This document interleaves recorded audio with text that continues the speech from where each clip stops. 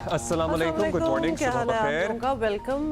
भाई ताज़ा खबर आ रही है अमेरिका बहुत से। ही कुछ अजीबो गरीब ही लग रहा है वैसे, लेकिन आप सुन लें कि वाशिंगटन एयरपोर्ट के करीब मुसाफिर तैयारे और फौजी हेलीकॉप्टर टकरा गए। ये अभी अभी कुछ देर पहले हुआ है। फौजी हेलीकॉप्टर से टकराने के बाद मुसाफिर तैयारा करीबी दरिया में गिर गया और इमदादी कार्रवाइयाँ जारी हैं। मुसाफिर तैयारा अमेरिकन एयरलाइन का था और इसमें लोग सब ये दो चार नहीं थे, 60 मुसाफिर सवार थे। बिल्कुल इब्तदाई इत्तलात हैं जो हम आप तक शेयर कर रहे हैं। तैयारे से टकराने वाले फौजी हेलीकॉप्टर में 3 एहलकार सवार थे। बेसिकली हो ये रहा था कि टेक ऑफ कर रहा था जहाज़ भी, हेलीकॉप्टर वहाँ ऑलरेडी या मौजूद था या लैंड कर रहा था या वो भी उड़ रहा था, क्या हो रहा था।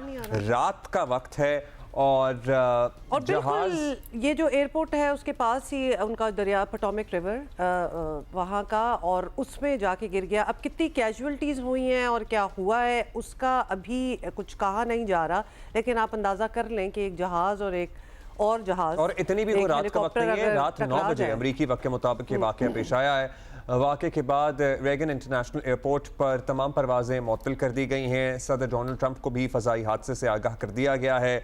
60 अफराद इस मुसाफिर तैयारे में सवार थे। एक हेलीकॉप्टर से ये मिड एयर पर तैयारा टकरा गया। यू कैन सी, आपको विजुअल्स में वो नज़र भी आ रहा है। और इतने सवाल ऑलरेडी दिमाग में आ रहे हैं कि जब आप टेक ऑफ कर रहा है एक जहाज़ और सामने एक और ट्रैफिक है विच इज़ द हेलीकॉप्टर, तो कैसे हुआ होगा? We are just thinking that.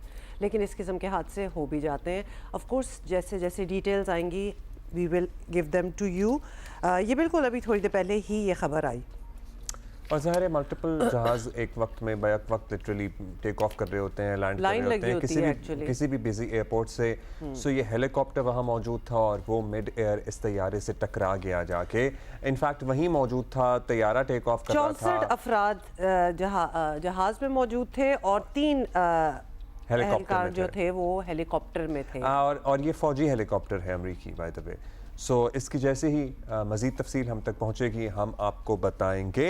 उधर अमेरिका की चूँकि बात हो रही है तो ये भी सुन लीजिए कि अमेरिका के सदर डोनाल्ड ने लेकिन रायली एक्ट पर दस्तखत कर दिए हैं। और इससे होगा ये कि गैर कानूनी जो इमिग्रेंट्स हैं उन्हें इससे गिरफ़्तार करना, हिरासत में लेना, जबरी बेदखल करना आसान हो गया है। मतलब गिरफ्तार करके कहीं शिफ्ट कर देना वो भी आसान हो गया है। मतलब बाय लॉ अब वो कर सकेंगे। ये सदर ट्रंप के दूसरे दौर में कानूनी हैसियत इख्तियार करने वाला ये पहला कानून है। और बिल डेमोक्रेट्स और रिपब्लिकन्स दोनों ही के इत्तफाक राय से मंजूर किया गया, जिस पर सदर ट्रंप ने डेमोक्रेट से इजहार तशक्कुर भी किया और कहा कि इस कानून से सैकड़ों अमरीकियों की ज़िंदगियाँ महफूज होंगी। होमलैंड सेक्रेटरी की वज़ीर भी सदर ट्रंप के दस्तखत किए जाने के वक्त मौजूद थी। अच्छा हुमा, लेकिन रायली ये जो बिल है पिछले साल हुआ ये था कि एक अमरीकी शहरी, लेकिन रायली नौजवान थी और वेनेजुएलन एक इमिग्रेंट है वेनेजुएला के, उन्होंने कत्ल कर दिया था इन्हें। और उसके बाद उनके नाम पे लेकिन रायली के नाम पे ये बिल फिर बनाया गया। कानून के तहत अब वफाकी इमिग्रेशन हुक्काम बग़ैर कानूनी स्टेटस के अमरीका में मुक़ीम ऐसे अफराद को बेदखल कर सकेंगे जबरी तौर पर, जिन पे किसी भी मामूली नौयत की भी चोरी का इल्ज़ाम होगा या इवन दुकान से कोई चीज़ भी उठा ली है, शॉपलिफ्टिंग भी कर रहे होंगे, एहलकार पर किसी शहरी पर तशद्दुद करते हुए पाए गए या मतलब कत्ल ही कर दिया, वो तो एक एक्सट्रीम केस है। वो तो करेंगे ही ज़ाहिर है। मतलब बेसिकली किसी चीज़ में भी मुलव्वस होंगे तो इसके तहत उनको अरेस्ट भी किया जा सकता है। या इवन इलीगली रह भी रहे होंगे तो तब भी उन्हें बेदखल कर दिया जाएगा। ये भी है, बड़ा ऑल इनकम्पसिंग है एवरीथिंग। मतलब आपको पता ही है बेसिकली इनका कहना है डोनाल्ड ट्रंप का कि नॉन इलीगल जो लीगल नहीं हुए इमिग्रेंट्स वगैरह उनको निकालना है, किसी तरीके से भी अमेरिका से निकालना है। और ये सारी कानून साजी वगैरह जो है ये उसी के लिए हो रही है। वाइट हाउस की प्रेस सेक्रेटरी पहले ही कह चुकी हैं कि जो लोग अमेरिका में गैर कानूनी तौर पर दाखिल हुए हैं और वो खुद जुर्म का ऑलरेडी इर्तिकाब कर चुके हैं क्योंकि वो गैर कानूनी है तो उनको तो निकाला जाएगा ऑलरेडी।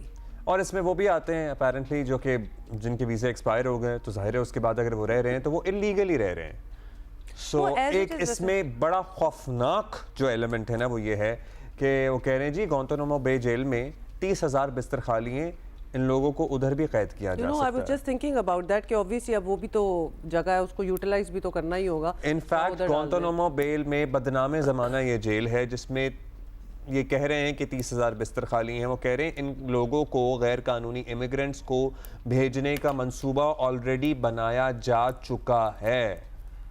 सो ये है,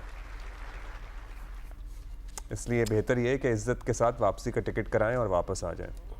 कंसिडरिंग कि वापसी के टिकट के पैसे भी हों। गैर वैसे कानूनी तो तौर पर यही बना रहे हैं। सारी बात है कि मतलब ये गैर कानूनी रहने की भी क्या ज़रूरत है, कितनी डेस्परेशन होती होगी कि बंदा वो भी एक्सेप्ट करने को राज़ी है। And there are so many and we are not just talking about Pakistanis, मतलब दुनिया से लोग जाते हैं और गैर कानूनी तरीके से अमेरिका में रहते हैं। आई गेस कुछ तो इन्होंने करना ही होगा। आ जाएं, अब अपने मसलों पे आ जाते हैं। पहले तो हमने अब अमेरिका की बात भी कर ली। हमारी मौजूदा सियासत में क्या चल रहा है? गन्नापुर पहले जैसे सुल्तान रही मोड में हो या ना हो, बैकडोर मुज़ाकरात से बात बने या सुल्तान रही मोड है ना, जरा उनका एक्शन फिल्मों के हीरो वाला मोड होता तो है ना। वैसे। हाँ, लगता भी है। बैकडोर मुज़ाकरात से बात बने या ना बने, तहरीक इंसाफ ने ठान ली है कि वो जारहाना तर्ज सियासत ही अपनाएगी। सो या वैसे इनके लिए दूसरा तर्ज सियासत अपनाना थोड़ा मुश्किल भी है। ऐवान में जी तो पहले ही हंगामे बरपा हैं और अब सड़कों पर भी मैदान सजेंगे और अपोजिशन का ग्रैंड अलायंस बनाने के लिए मौलाना फजलुर रहमान और दीगर जमातों से राब्ते हो रहे हैं। और पीटीआई ने पहला एहतजाज 8 फरवरी को सवाबी समेत मुल्क भर में करने का ऐलान भी कर दिया है और लाहौर में भी जलसे की दरख्वास्त दे दी गई है। पीटीआई के वकील रहनुमा नईम हैदर पंचोता ने कल बानी पीटीआई से मुलाकात के बाद इमरान खान का पैगाम जो है वो कारकुनों को सुनाया। अब उन्होंने पूरी कौम को कहा है कि पूरी कौम निकले और जो बंदा सवाबी पहुंच सकता है पूरे पाकिस्तान से वो पहुंचे। दूर दराज के इलाकों के लोग क्योंकि उनके लिए पहुंचना मुश्किल है, तो वो उन्होंने डायरेक्शन दिए कि वो वहाँ पर अपने अपने हलकों के अंदर एहतजाज करें। खातून सर चीमा भी खड़ी हुई थी, मतलब वो भी याद है ना आपको इन लोगों की प्रेस कॉन्फ्रेंस वगैरह। खैर पीटीआई खैबर पख्तूनख्वा के नए सदर जुनैद अकबर ये बता चुके हैं कि तहरीक इंसाफ अगले माह से क्या करने जा रही है। कल सुनाया था हमने आपको, लेकिन चलें एक बार फिर हो जाए। अभी हम जो दोबारा 8 मई के बाद जो हम तंजीम रिस्ट्रक्चर करेंगे तो उसमें वो जो हार्डलाइनर है वो लोग सामने आएंगे, जो ये दरमियान वाले है जो होम्योपैथिक क़यादत जो है वो साइड पे हो। हम निकलेंगे, हम तीनों ऑप्शन पे, ये मुख्तलिफ ऑप्शन पे बात हमारी हो रही, हम अपने करते मुख्तलिफ ऑप्शन है। ये है कि हम डिस्ट्रिक्ट वाइज एहतजाज करें, ये है कि सवाबी में सवाबी को तो फाइनल हुआ है 8 तारीख को हम करेंगे। जितने भी हमारे रोड है, चाहे गिलगित बल्दिस्तान की तरफ जाए, चाहे वो साउथ से आए, चाहे हमारी साइड से जाए, चाहे जीटी रोड हो, चाहे मोटरवे हो, वो हम बंद करें। कीपी की हुदूद के अंदर बंद करें, इस्लामाबाद की तरफ, पंजाब की तरफ, सारे रास्ते हम वहाँ से बंद कर लें। तो आप इस्लामाबाद की तरफ दोबारा लॉन्ग मार्च भी कर सकते हैं। और तैयारी के साथ आएंगे। खान साहब ने जो मैसेज आज मुझे आया कि जुनैद हमें ये हुकूमत और वज़ीर आज़म इससे बहुत आगे सोचना है, ये चीज़ें मैं भूल गया हूँ कि मैंने वज़ीर आज़म बनना है। इतना तो मुझे भी पता है कि वो जो खैबर पख्तूनख्वा की सूबाई कैबिनेट है उसमें कुछ तब्दीलियां तो करवाना चाहते हैं। जी, उसमें कुछ 1-2 इंशाल्लाह इस हफ्ते इसमें कुछ लोग कम हो जाएंगे, 1-2 को नए शामिल कर लेंगे। अच्छा जी, ये सारा आपने सुन लिया and timing is very important. 8 फरवरी को तहरीक इंसाफ एहतजाज का ऐलान कर रही है और सैफरी की 1 डे सीरीज़, ट्राई सीरीज़ जो है वो भी 8 फरवरी से ही शुरू हो रही है। और यही नहीं, आगे चैंपियंस ट्रॉफी का भी आपको पता है आलमी इवेंट वो भी होने जा रहा है।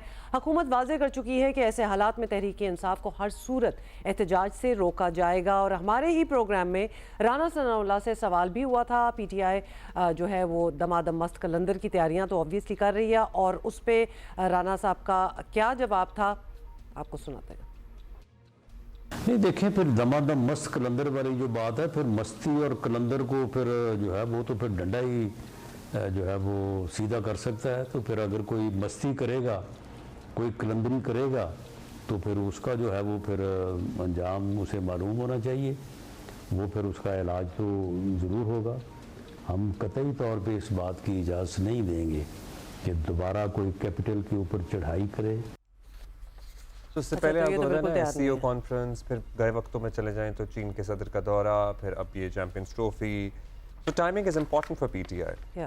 देख लेते होते हैं कि वो क्या करना है और कब करना है, और कब करना है, क्या करना है वो तो सारों को पता ही है, लेकिन कब करना है इज इम्पोर्टेंट। सीनियर तज्जियाकार सहाफ़ी सुहेल बड़ाइच साहब हमारे साथ मौजूद हैं उनसे बात करते हैं। वराइद साहब, तहरीक इंसाफ की जानिब से इशारे ही नहीं, ऐलानात अब तो किए जा रहे हैं कि मुज़ाकरात ख़त्म होने के बाद वो दोबारा एहतजाजी सियासत की जानिब आ गए हैं, ऐलानात हो गए हैं, जलसों का भी, उधर लाहौर में भी दरख्वास्त दे दी है।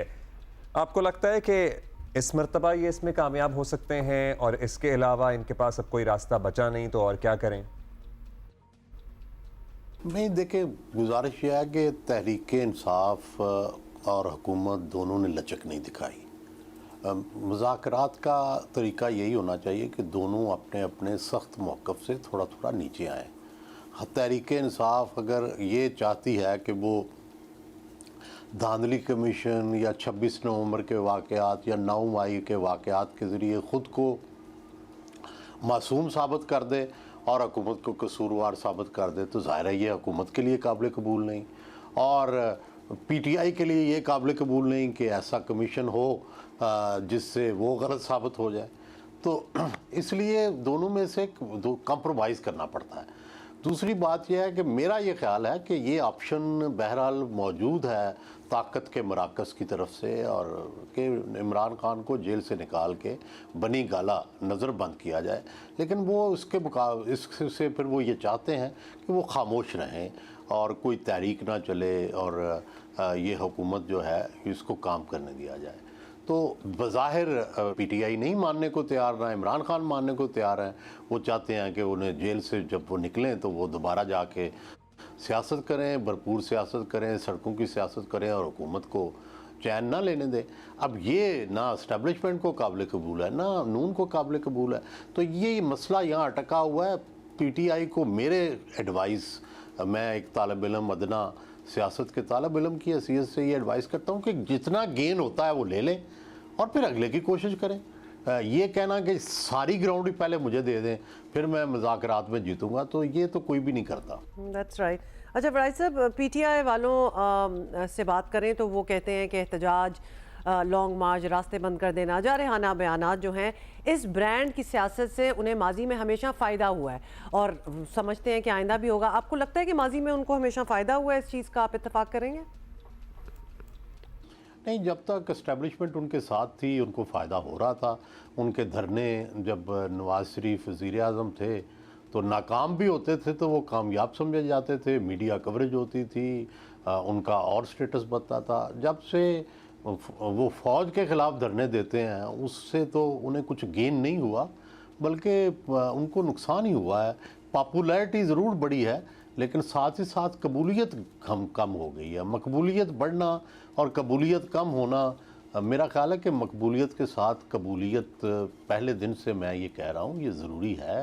ये एक हाइब्रिड मुल्क है, यहाँ कोई आइडियल जर्नलिज्म नहीं, आपको एक प्रैग्मेटिक अप्रोच के साथ चलना पड़ता है। थोड़ा थोड़ा गेन करके आप इक़्तिदार की तरफ जाते हैं, मुकम्मल गेन एक वक्त में नहीं मिलता। राज साहब, आप जो कबूलियत और मकबूलियत समझाते हैं ना, उसमें सारी बात सिमट जाती है। अब ये भी बता दीजिए कि PTI अपनी अगली मुहिम के लिए मुख्तलिफ सियासी जमातों से भी आपको पता है राब्ते कर रही है, दोबारा से एक मुहिम चलाने का इरादा रखती है, लेकिन रिपोर्ट्स ये हैं कि इनकी किसी कमिटमेंट, किसी ऑफ़र को अपेरेंटली अभी शायद कोई इतना सीरियस नहीं ले रहा। वजह यही है कि PTI के नुमाइंदे इमरान खान साहब की मर्ज़ी से ही बात करते हैं, फिर किसी भी वक्त उनका मूड बदल जाता है तो इनका मौक़िफ़ बदल जाता है। आपको लगता है कि ये अलाइंस बन पाएगा, या जो रिजर्वेशंस हैं दीगर अपोजिशन जमातों को या लीडरान को, वो जायज़ हैं, उसमें वज़न है? जी बिल्कुल वज़न है। इमरान खान ने कभी माजी में भी कोई इत्तेहाद की सियासत संजीदगी से नहीं की। अगर उन्होंने जमात इस्लामी के साथ इत्तेहाद बनाया या उन्होंने इससे पहले नवाज़ नसरुल्लाह के साथ भी एक इत्तेहाद बनाया था, ताहिरुल कादरी के साथ भी बनाया था, तो लेकिन आप देखें कि कोई भी संजीदा चला नहीं है। और ना इमरान खान साहब ये चाहते हैं, ना PTI ये चाहती है और ना दूसरों को ये, वो अकेले चलना चाहते हैं। और ठीक है, पॉपुलर हैं वो, तो उनका ये हक है कि वो अकेले चले। लेकिन गुजारिश ये होती है कि जब भी आप किसी ख़तरे में घिर जाएं और आप फिर तन्हा मुकाबला नहीं करते, अपने साथी बनाते हैं, ताकि जब हमला हो तो वो तकसीम हो जाए थोड़ा सा। तो अगर आप अकेले सबका मुकाबला करेंगे तो फिर शिकस्त देना मुश्किल होता है। नवाब नसरुल्लाह मरहूम फरमाया करते थे कि जब मुखालिफ हो तो आपको खाक भी मिल जाए तो वो खाक भी दुश्मन की तरफ फेंक दें, उस वक़्त सिर्फ कंकर ही काम नहीं आते, मिट्टी भी काम आ जाती है। तो जो इत्तेहादी होते हैं वो मिट्टी भी हों, उनकी कोई हैसियत भी ना हो, फिर भी वो जो आपके मुकाबल हैं उनकी आंखों में तो धूल झोंक सकते हैं ना। ज़बरदस्त बात की आपने सोहेल वराइच साहब, thank you so much. Waraich साहब से जब बात होती है ना कि और भी ज़्यादा डेप्थ एक बात की समझ आती है। हमें ज्वाइन किया अब सीनियर सहाफ़ी आसमा शिराजी ने। आसमा, क्या हाल है आपका? आसमा, तहरीक इंसाफ अब मुज़ाकरात नहीं एहतजाज करेगी, जिस तरह वो करते ही होते हैं, और फ़िलहाल तो पार्टी का यही फ़ैसला और यही इशारे सामने आ रहे हैं। तो क्या इस बार उन्हें कुछ हासिल हो जाएगा, क्योंकि ये टाइम में लगे, ये टेस्टेड है फॉर्मूला। तो किस उम्मीद पर सड़कों पर आने का ये कह रहे हैं, क्या लग रहा है आपको? जी, मुझे नहीं लगता कि एहतजाज के ज़रिए से जो है वो कुछ हाथ आएगा, या सड़कों पर जो फैसले होंगे उससे ज़ाहिर है कि एक जो कारोबारी ज़िंदगी है वो तो फ़र्क पड़ेगा और रियासत दबाव में आ सकती है। लेकिन पिछले जो एहतजाज हमने देखे हैं वो एहतजाज कोई कामयाब एहतजाज नहीं थे। यानी कामयाब होने का मतलब ये कि पाकिस्तान तहरीक इंसाफ के हाथ उन तमाम जो एहतजाज थे उनके बाद कुछ नहीं आया था। उनके पास बहुत सी स्पेस भी थी, 26 नवंबर से पहले भी उनको इंगेज किया गया था, उनसे बातचीत हुई थी। वो चाहते तो उसके ऊपर जो है वो बात कर सकते थे, वो कुछ अचीव कर सकते थे, लेकिन पाकिस्तान तहरीक इंसाफ ने वो तमाम जो राब्ते थे उनको लूज़ किया। और फिर एक विंडो ऑफ अपॉर्चुनिटी मुज़ाकरात की सूरत में निकली थी उस एहतजाज के बाद, लेकिन वो भी उन्होंने अपने हाथ से गंवा दी। और ऐसे लगता है कि सिर्फ़ और सिर्फ मज़ामती सियासत जो है वो पाकिस्तान तहरीक इंसाफ करना चाहती है। इसके अलावा उनका मकसद क्या है, वो उनका गोल क्या है, वो क्या चाहते हैं, उसके अंदर क्लैरिटी नहीं है। मसलन ये कि इस एहतजाज के अंदर अगर पहले मुज़ाकरात देखें तो उसके अंदर जो उनकी डिमांड्स थी वो सिर्फ ये थी कि असीरान की रिहाई हो और साथ में कमीशन बने। यानी कि वो बहुत सारे ऐसे टॉकिंग पॉइंट्स से वो शुरू करते हैं जो कि मेरे ख्याल आखिर में आते हैं। जो मैंडेट की चोरी थी, या फिर इसी तरह से जो जमहूरियत की बहाली है, या ये आज़ादी इजहार है, ये उनके लिए कोई एक नुक्ता जो एतराज़ है वो नहीं बन सका अब तक अनफॉर्चुनेटली। और मेरा ख्याल है कि एहतजाज की बजाय अगर मेज़ पे बैठ के बात करते तो शायद कुछ ना कुछ पाकिस्तान तहरीक इंसाफ के हाथ ज़रूर आता। और हमने देखा है कि मुज़ाकरात के बाद बहरहाल कहीं ना कहीं किसी न किसी को अपनी पोजीशन से हटना पड़ता है। अच्छा आसमा साहिबा, तहरीक इंसाफ की बड़ी उम्मीदें आपको पता है अमेरिका से भी हैं या थीं, ट्रंप इंतज़ामिया से भी हैं या थीं, लेकिन 2-3 दिन से तासुर मिल रहा है कि अमेरिकी हुकूमत के इमरान खान से मुताल्लिक जज्बात शायद कुछ ठंडे पड़ गए हैं। तो क्या PTI के लिए ये एक सेटबैक होगा? मेरा ख्याल है कि जब भी आप पाकिस्तान के अपने निज़ाम या कोई भी अपनी जो सियासी जद्दोजहद है उसको छोड़ के किसी और की तरफ भी देखेंगे तो आपको कामयाबी नहीं मिलेगी।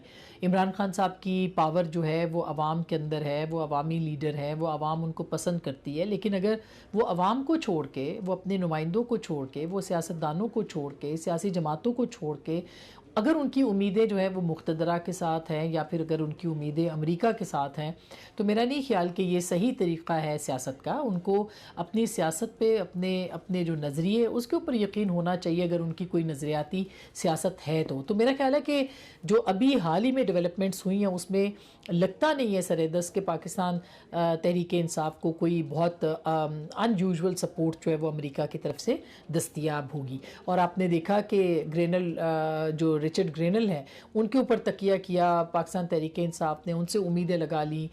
उसको पार्टी लीडर्स जो थे वो जिस तरह से एक्सप्लेन कर रहे थे, जिस तरह से पॉलिसी बना रहे थे, बाहर बैठे हुए लोग जिस तरह से उसके ऊपर उछल रहे थे या उस पर खुशियाँ मना रहे थे, वो एक पानी का बुलबुला जो है वो बुलबुला साबित हुआ। और अब ज़ाहिर है तहरीक इंसाफ को के जो लोग हैं, जो उनके सपोर्टर्स हैं, वो ज़ाहिर है कि अब ये सवाल पूछेंगे कि ग्रेनल किधर गया, और वो ट्रंप की साहब की जो कॉल आनी थी वो कहाँ है, और वो जो ट्रंप साहब के इलेक्शन के ऊपर दुआएं मांगी जा रही थी, मन्नतें मुरादें जो है वो ली जा रही थी कि वो आएंगे और कप्तान को छुड़वाएंगे, वो अभी तक तो उसके ऊपर कोई हमें हिलजुल नज़र नहीं आती। और आगे अब कल जो आपने देखा कि एक अमरीकी सरमायाकार आए, वो अमरीकी सरमायाकार महज सरमायाकार नहीं है, उनकी सियासी हैसियत बेशक नहीं है, कोई डिप्लोमेटिक हैसियत नहीं है, मगर वो ट्रंप साहब की फैमिली के बहुत करीबी हैं और उनके साथ बिज़नेस पार्टनर हैं। तो एक तरह से, और उन्होंने जो रिचर्ड ग्रेनल के बारे में बात की है, जो पाकिस्तान के हवाले से बात की है, जो सरमायाकारी के बारे में बात की है, तो ये एक पैगाम भी है अगर देखा जाए पाकिस्तान तहरीक इंसाफ के लिए कि रियासत के पास भी अपने कार्ड्स होते हैं और रियासत अपने कार्ड्स खेल सकती है। अच्छा अस्मा, अब हुकूमत की बात कर लेते हैं। वैसे हुकूमत के लिए तहरीक इंसाफ का चैलेंज बनना या ना बनना तो बात की बात है, अपने लिए मसाइल पैदा करने में ये ख़ुद ही बहुत माहिर हैं। तो पीका जैसा कानून इतनी जल्दी में पास करवा कर एक नया महाज खोल लेना, अपनी हिमायत खुद कम नहीं कर रही है ये करके? मेरा ख्याल है कि बिल्कुल इसमें कोई दो राय नहीं है कि हुकूमत ने जिस तरह की जल्दी में जल्दबाजी में अपने लिए एक पीका लॉस को जिस तरह से किया है या अथॉरिटी का क़याम अमल में लेके आए हैं और स्टेक होल्डर्स की उसमें मुशावरत शामिल नहीं की, ये इसमें कोई दो राय नहीं है कि मतलब एक फ़ेक न्यूज़ से निपटने के लिए संजीदा कोशिशों की ज़रूरत है, उसको कंट्रोवर्शियल नहीं बनाना चाहिए था। ये कानून साजी ज़रूरी भी थी, लेकिन इस कानून साजी में मुशावरत शामिल नहीं है। इसमें जो कुछ काबिल एतराज़ पॉइंट्स थे उनको निकाला जा सकता था, स्टेक होल्डर्स की मुशावरत हो सकती थी। इसमें आप जो सहाफ़ी हैं, जो सहाफ़ती तंजीमें हैं, आप उनको शामिल कर सकते थे। कानून को तो बनना था और कानून को बनाया जा सकता था, कानून पहले भी बने हैं। कानून ना भी बनता तो जो पावरफुल हल्के हैं, जो हुकूमतें हैं, वो ऑर्डिनेंस नाफिज कर देती हैं, जैसे कि हमने देखा अक्सर हुकूमतों के दौर में ये होता रहा है। लेकिन उसका एक तरीका कार ज़रूर बनाया जा सकता था ताकि इसको मुतनाज़ा ना बनाया जाए। और जाहिर है कि जिस तरह की हेस्ट में हुकूमत ने ये कानून साजी की है, ये इनकी कोई फेवर में तो नहीं जाएगा। और हमने देखा है कि जिसने भी ऐसे कवानीन बनाए हैं वो आने वाले वक्तों में जब इक़्तिदार में आए हैं तो उनको पछताना पड़ा है, और जब वो अपोजिशन में होते हैं तो उनको पछताना पड़ता है। जैसे आज PTI पछता रही है बहुत सारी कानून साजी के ऊपर, और कल जो था वो अगर शहबाज शरीफ साहब की हुकूमत या वो बतौर अपोजिशन लीडर सहाफ़ियों के साथ थे और आज वो ऐसा कानून लेके आ रहे हैं, तो ये जवाबदेही उन्हीं को करना पड़ेगी कि वो इस तरह की जल्दबाजी में उन्होंने ये कानून साजी क्यों की है।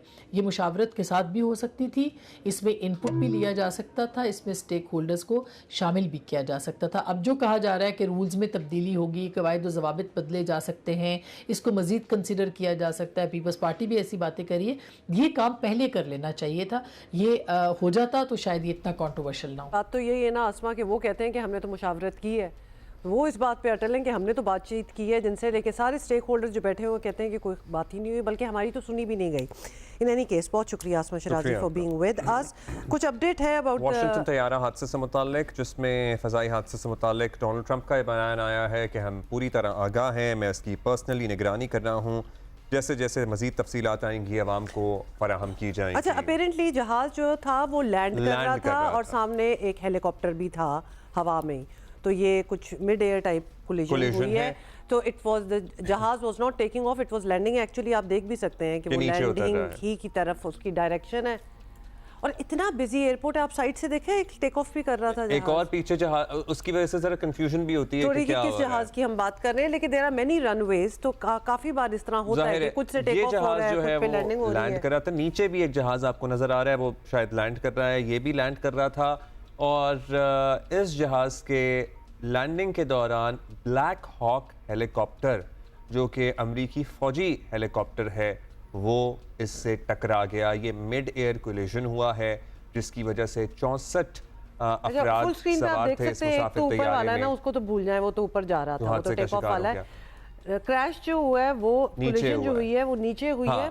अच्छा, इसमें हाँ ये क्लैरिटी देना बड़ा ज़रूरी है, क्योंकि एक स्क्रीन के बिल्कुल ऊपर की तरफ, दाएं जानिब ऊपर की तरफ आपको तैयारा नज़र आ रहा होगा, जिसकी 3 रोशनियां आप देख सकते हैं।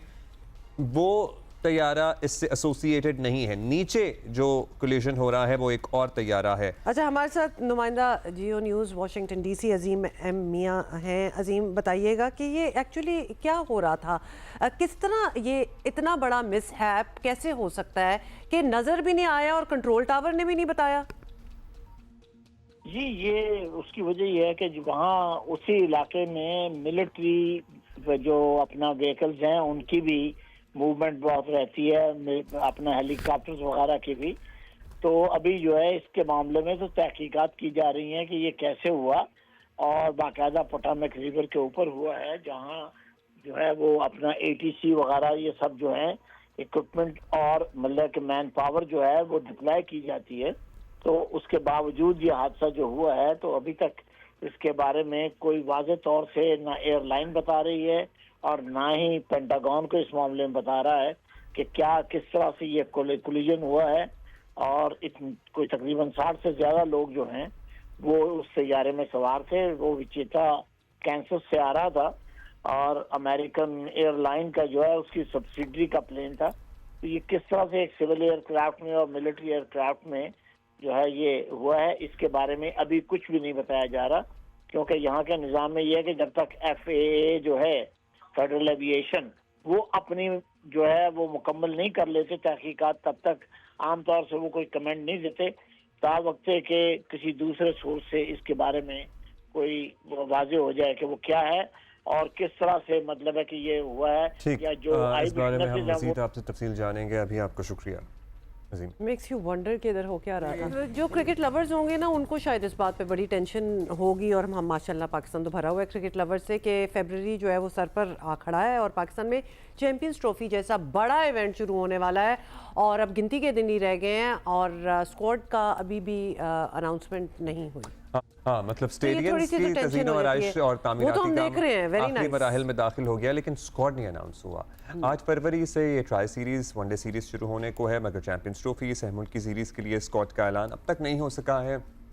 कहा यह जा रहा था कि सिलेक्शन कमेटी ने टीम फाइनल कर ली है। चेयरमैन PCB की अमेरिका से वापसी होते ही टीम का ऐलान कर दिया जाएगा। अब तो मोहसिन नकवी साहब वापस आ गए हैं। इनफैक्ट अभी अभी उनकी वज़ीर आज़म से मुलाकात भी हुई है, जिसमें उन्होंने अपने दौरा अमेरिका से मुताल्लिक भी वज़ीर आज़म को बताया है और चैंपियंस ट्रॉफी और स्टेडियम्स की तैयारियों से मुताल्लिक कल बाय द वे उन्होंने पिंडी स्टेडियम में जारी काम का जायजा भी लिया, तो आते ही वो बिल्कुल ही काम पे लग गए। और स्क्वाड हाउएवर अभी तक उसका नहीं पता कि क्या हो रहा है। और इतनी Syed Yahya Hussaini senior sports journalist हमारे साथ मौजूद हैं। पहले तो याह्या ये ज़रूर बता दें अस्सलाम वालेकुम, क्या हाल है, कि ये नॉर्मल प्रैक्टिस है, क्योंकि हम शायद ज़रा ज़्यादा इंतज़ार में बैठे हैं कि टीम की अनाउंसमेंट कब होगी, लेकिन एक्चुअली इतनी ही देर लगती है।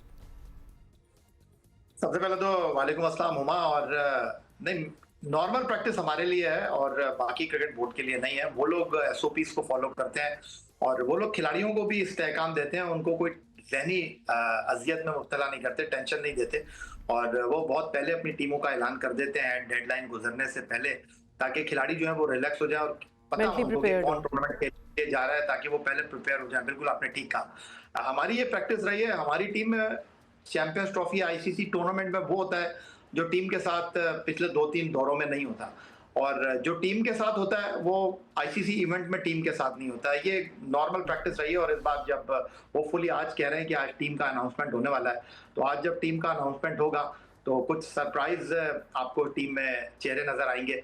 घबराने की और हैरान होने की जरूरत नहीं है। आप हमें हिंट दे सकते हैं याह्या? नहीं, हिंट क्या बता दें, आपको पता है क्लियरली कि क्या सरप्राइजेस होंगे? जो हमारी परफॉर्मेंस रही है साउथ अफ्रीका में और वेस्ट इंडीज के खिलाफ, उसके बाद टीम में काफी तब्दीलियां रोनुमा हुई हैं और जो मेरे लिए सबसे हैरानकुन एलिमेंट है वो ये है कि आप चैंपियंस ट्रॉफी के लिए दुनिया की 7 टीमें जो अब तक अपने स्क्वाड के नामों का ऐलान कर चुकी हैं, वो यहाँ की कंडीशंस को मद्देनजर रखते हुए अपनी टीमों का ऐलान कर रही है। अफगानिस्तान ने अपनी स्क्वाड में 4 स्पिनर्स को रखा है, श्रीलंका ने बांग्लादेश ने 3 स्पिनर रखे हैं, न्यूजीलैंड ने 4 स्पिनर रखे हैं। हम फास्ट बॉलर के ऊपर इन्हिसार कर रहे हैं और साउथ अफ्रीका में हम 5 फास्ट बॉलर का लेकर गए थे और हम यहाँ पर भी फास्ट बॉलर के ऊपर इन्हिसार कर रहे हैं। और सुफियान मुकीम जिन्होंने बहुत अच्छा इंटरनेशनल डेब्यू किया वाइट बॉल क्रिकेट में, जो कि हमारे साथ जिम्बाब्वे में थे, अफ्रीका में थे, वो दूध में से मक्खी की तरह इस वक्त लगता है कि स्क्वाड से बाहर हो गए हैं और बिल्कुल नोवेयर नजर आ रहे हैं आपको। आखिरी बार पाकिस्तान के लिए अगस्त 2022 में रॉटरडैम में खेले थे। पाकिस्तान के लिए 10 वनडे खेलने वाले खुशदिल शाह वो टीम में आ रहे हैं और उनसे हम अपने स्पिन बॉलिंग का बोझ उठाएंगे, क्योंकि हमने सिर्फ एक रेगुलर खुशदिल शाह का हमने इन रीसेंट किस परफॉर्मेंस के बेसिस पे आ रहे हैं? एग्जैक्टली हम किस चीज पे बेस कर रहे हैं? कि उनको वापस लाएं? क्योंकि वैसे हमें otherwise please help us remind his one of his performances. Domestic की बात क्या हम कर रहे हैं? देखिए, पाकिस्तान टीम में परफॉर्मेंस पे कौन आता है कौन नहीं आता है ये मुझे आपको बताने की जरूरत नहीं है, लेकिन खुशदिल शाह की कोई ऐसी गैर मामूली कारकर्दगी नहीं है। 10 एक रोजा मैचों में उनके 200 रन भी नहीं है, उनकी 150 भी नहीं है। उनकी आप विकेटों की बात करते हैं क्योंकि आप उनकी ऑलराउंड परफॉर्मेंस के ऊपर उनको टीम का हिस्सा बना रहे हैं, तो सिर्फ 2 विकेटें उनके नाम के आगे दर्ज हैं। आप जिस तरह दीगर टीमों को देख रहे हैं जो अपने स्क्वाड में 3-3, 4-4 स्पिनर को लेकर आ रहे हैं, हमको लगता है कि सलमान अली आगा एक स्पिनर का रोल अदा कर लेंगे। उन्होंने जिम्बाब्वे में बहुत अच्छा बॉल डाला, उन्होंने साउथ अफ्रीका में 10-10 ओवर किए। यहाँ पर कदर मुख्तलिफ पिचेस होंगी। खुशदिल शाह को हम अपने स्क्वाड में रख रहे हैं। शान मसूद और इमामुल हक दोनों ही फिलहाल मुझे स्क्वाड में दिखाई दे नहीं रहे। शान मसूद ने तो अगर मैं कहूँ कि अपने पाँव पे खुद कुल्हाड़ी मारी तो शायद ये कहना गलत नहीं होगा, अगरचे वो प्रेस कॉन्फ्रेंस में नाराज हो गए थे साफी के सवाल के ऊपर। और सऊद शकील जो टेस्ट टीम के वाइस कैप्टन है, जो 2023 वर्ल्ड कप में टीम का साथ रहे थे, एक बार फिर वो वनडे टीम में आ रहे हैं। ऑस्ट्रेलिया, जिम्बाब्वे, साउथ अफ्रीका, आपने उनको कंसिडर ही नहीं किया, बिला जरूरत आपने उनको टीम से निकाल दिया। अब आप चैम्पियंस ट्रॉफी में देखेंगे कि कामरान गुलाम और उनके साथ तैयब ताहिर, जो कि आपको साउथ अफ्रीका और जिम्बाब्वे में खेलते हुए दिखाई दिए, उनको बाहर बैठना पड़ेगा और सऊद शकील जो है वो टीम में शामिल होंगे। खुशदिल शाह को टीम में लेने की एक बुनियादी वजह एक और भी है, और वो ये है कि आपके पास मिडिल ऑर्डर में कोई लेफ्ट हैंड बैट्समैन नहीं था, अब आपके पास लेफ्ट हैंड बैट्समैनों की भरमार हो गई है। टॉप ऑर्डर में फखर है, फिर सऊद शकील है, फिर आप खुशदिल शाह को भी ले रहे हैं। मोस्ट प्रोबेबली जो 7वें नंबर पर बैटिंग करने के लिए आएंगे, 6ठे नंबर पर सलमान आगा बैटिंग करेंगे।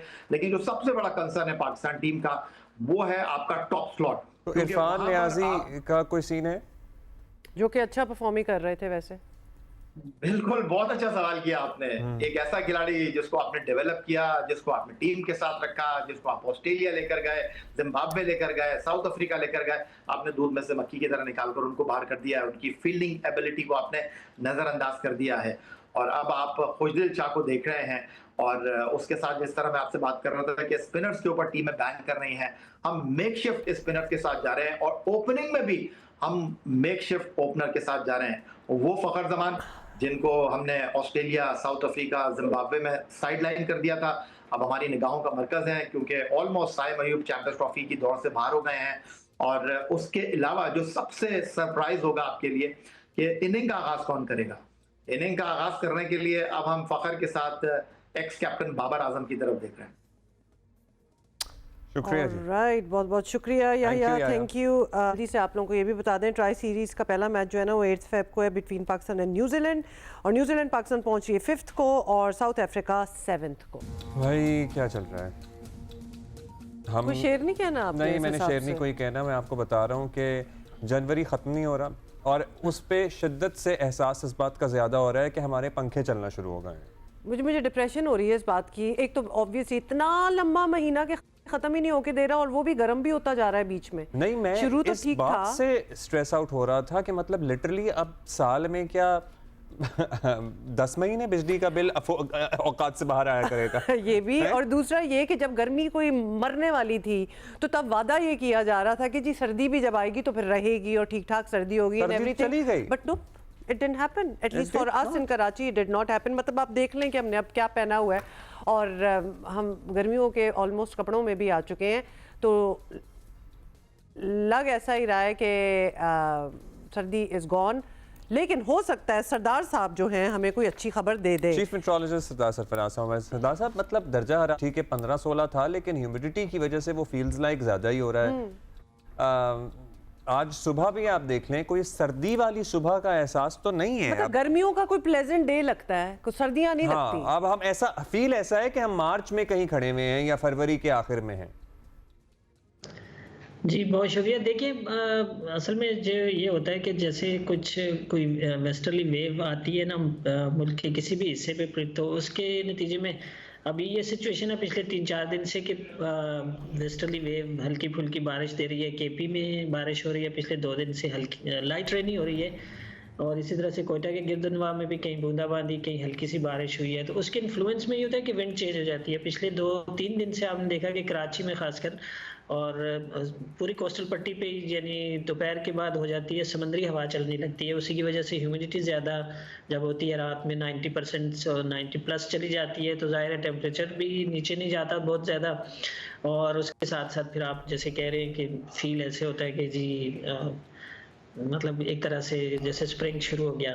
तो अदरवाइज भी आप देखिए तो जनवरी के आखिरी दिनों में मौसम चेंज हो जाया करता है कराची में खासकर, यानी वो एक तरह ना जैसे फरवरी। हाँ सरदार साहब, वो तो ठीक होता है, चेंज तो हो जाता होता है, लेकिन यहाँ चेंज उस तरह नहीं है ना, क्योंकि सर्दी भी तो वो कड़ाकेदार सर्दी नहीं आई, तो हमें वो चेंज नहीं फील हो रहा। हमें तो लग रहा है कि अभी हम इस उम्मीद में थे कि कुछ मौसम बेहतर होगा तो मौसम वापस चला गया। चलो सरदार साहब भी चले गए, हालांकि हमने उनसे वादा लेना था कि अभी थोड़ी सी सर्दी और आएगी। मौसम फ्रीज हो नहीं रहा, सिग्नल जरूर फ्रीज हो गया है। तो पता है मैं आपको सही बता रहा हूँ, इस मर्तबा तो वो अगर आपने बैग में रखे हुए हो या आपने संदूक में रखे हुए हो या आपने सूटकेस में डाले हुए हो, जो गर्म कपड़े होते हैं वो नहीं निकाल, बिल्कुल वो वहीं की वहीं अटैची जो है वो बैग वहीं पड़ा रहा। अटैची मतलब कहने का है कि अभी तो हमने वो मतलब थोड़े से, आपको पता है मौसम बदलता है, ठंड की एक और फील्स होती हैं, म्यूजिक भी बदल जाता है, गाने शाने भी होते हैं, कुछ खाने पीने भी सर्दियों के होते हैं। नथिंग अभी हमने नहीं उस तरह वो एक्सपीरियंस किया था। That is so unfair.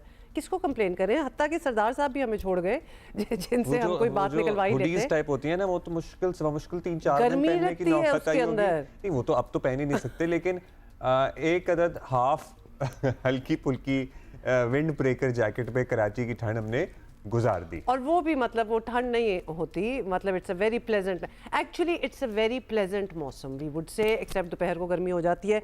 गाड़ियों में तो टोटल एसी ऑन हो रहे हैं, घरों में पंखे ऑन हो रहे हैं, खिड़कियां खुल गई हैं। So that is it.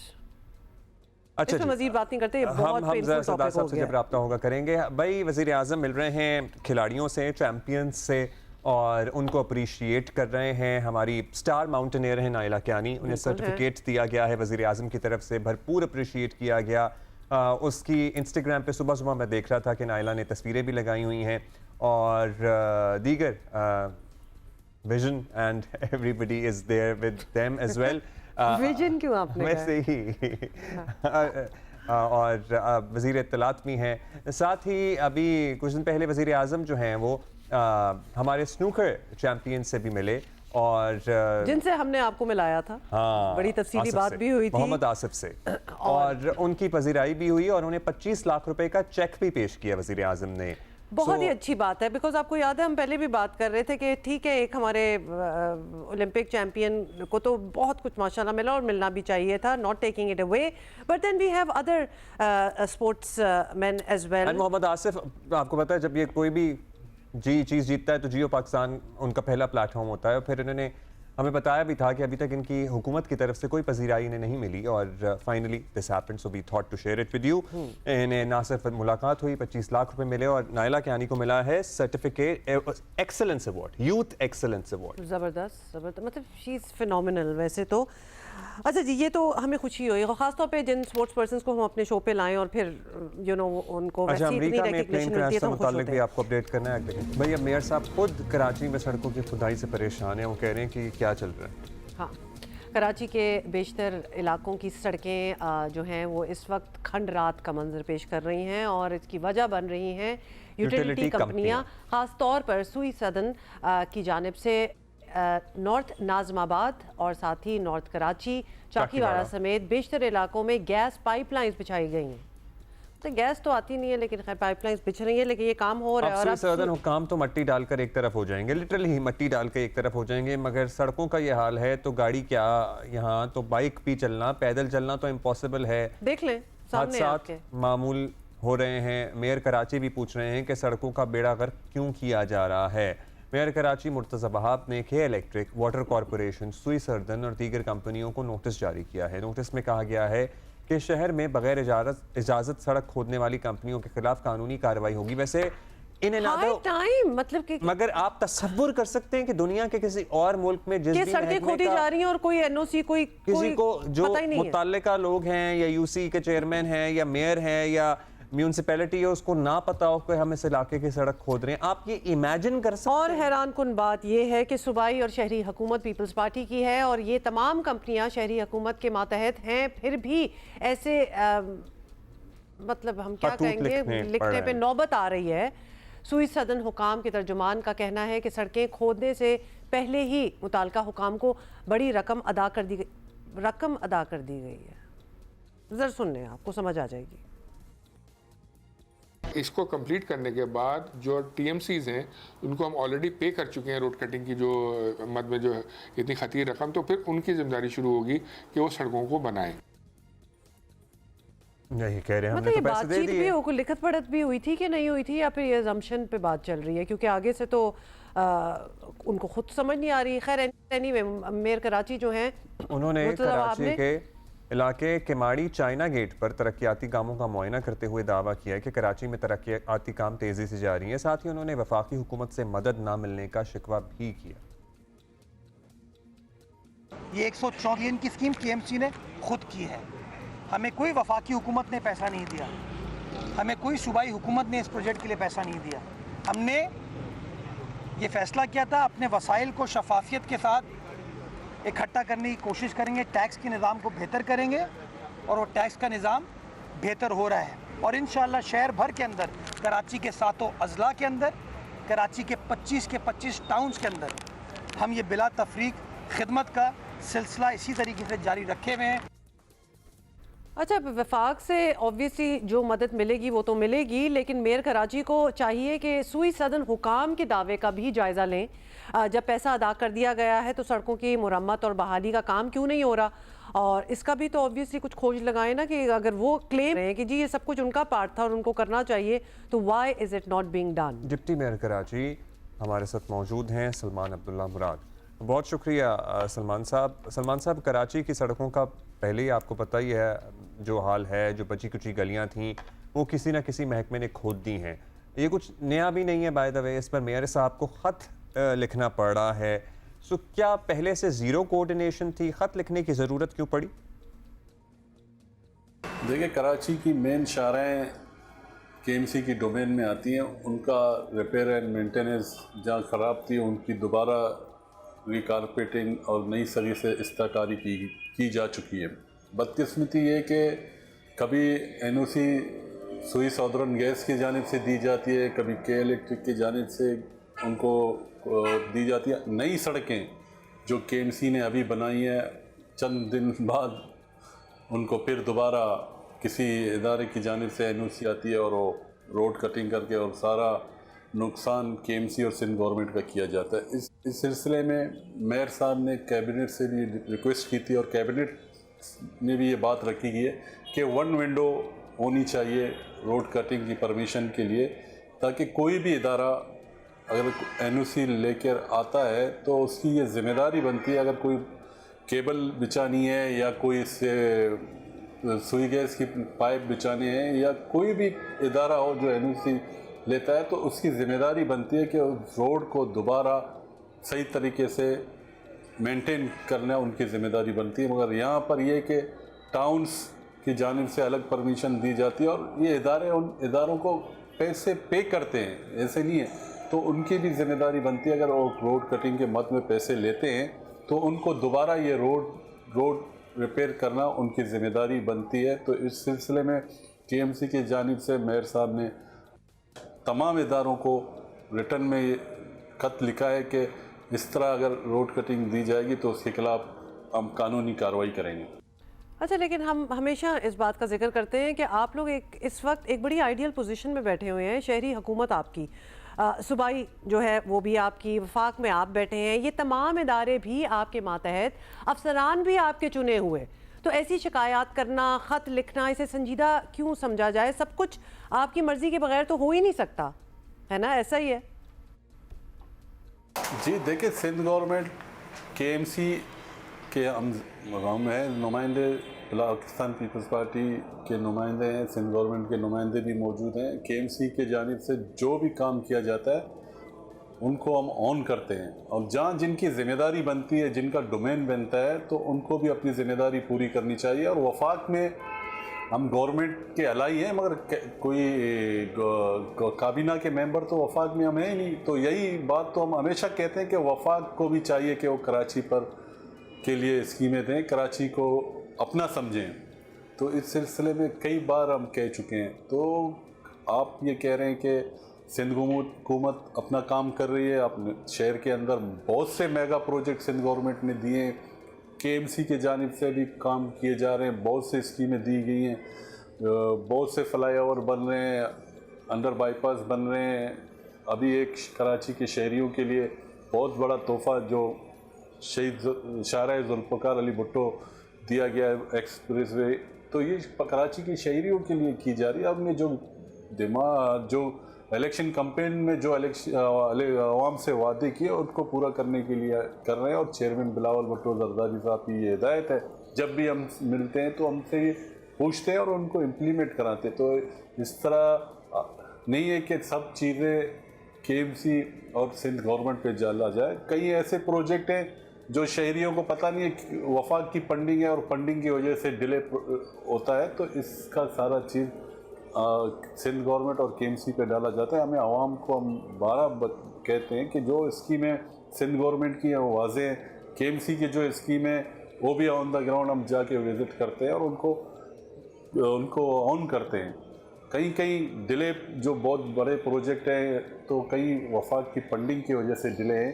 तो इस सिलसिले में भी हमने कई बार प्राइम मिनिस्टर से ये रिक्वेस्ट की है कि कराची भी आपका शहर है, कराची मिनी पाकिस्तान है और यहाँ से सबसे ज़्यादा कलेक्शन रिकवरी टैक्स देने वाला शहर है, माशी हब है, तो इस पर भी आपकी नज़रसानी होनी चाहिए। अच्छा, अब सलमान साहब, आपकी मर्ज़ी से सड़कें खोदी जाएं या आपको बताए बगैर, ये सब ठीक तो आप ही को करनी है। फिर सुई सदन ये कह रहे हैं आपको पैसे दिए हैं, तो क्या डेडलाइन कोई मिल सकती है? किस माह तक, किस साल तक हम कराची की सड़कों को दोबारा सफ़र करते हुए सफ़र के काबिल देख सकेंगे?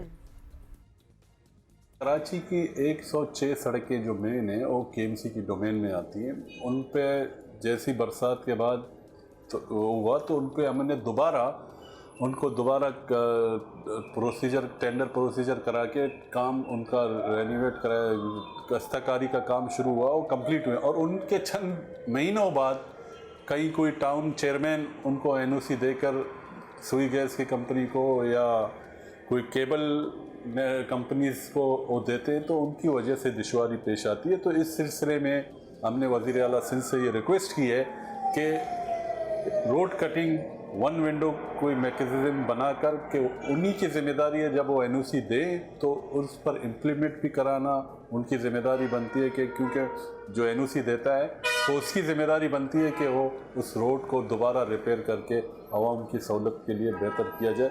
क्योंकि जो रोड कटिंग दी जाती है उसकी पेमेंट की जाती है, जो भी इदारा रोड कटिंग की NOC देता है तो उसको पेमेंट करते हैं, क्योंकि रोड कटिंग होगी, जाहिर सी बात है दोबारा बनानी पड़ेगी।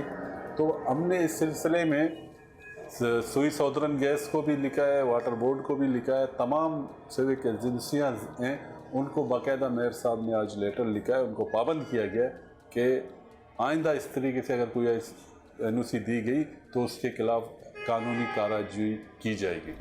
मतलब आइंदे की क्यों बात कर रहे हैं? एनीवे, सलमान अब्दुल्ला मुराद साहब, आइंदा से मुराद है अभी। बहुत शुक्रिया आपका सलमान साहब। अब ये वैसे आवाम को भी चाहिए कि जो उनके नुमाइंदे हैं लोकल म्यूनसिपैलिटी की सतह पे, टाउन चेयरमैन है, डिप्टी चेयरमैन है, उनसे ज़रा पूछें कि हमारी सड़क कब बनेगी। जाएं पूछें उनसे। ये लोग तो आपके एक्सेस में होंगे ना, आपके इलाके, गली मोहल्ले, आपके नेबरहुड के हैं। और अगर आप देख रहे हैं कि कोई काम आपके मोहल्ले और सड़कों वगैरह पे आगे पीछे हो रहे हैं तो उससे सवाल तो करें, पूछें क्या हो रहा है। Try to get as much information and specially अगर कोई ये खुदाई वगैरह कर ही रहे हैं तो उनसे पूछें अब इसको बंद करने कौन आएगा।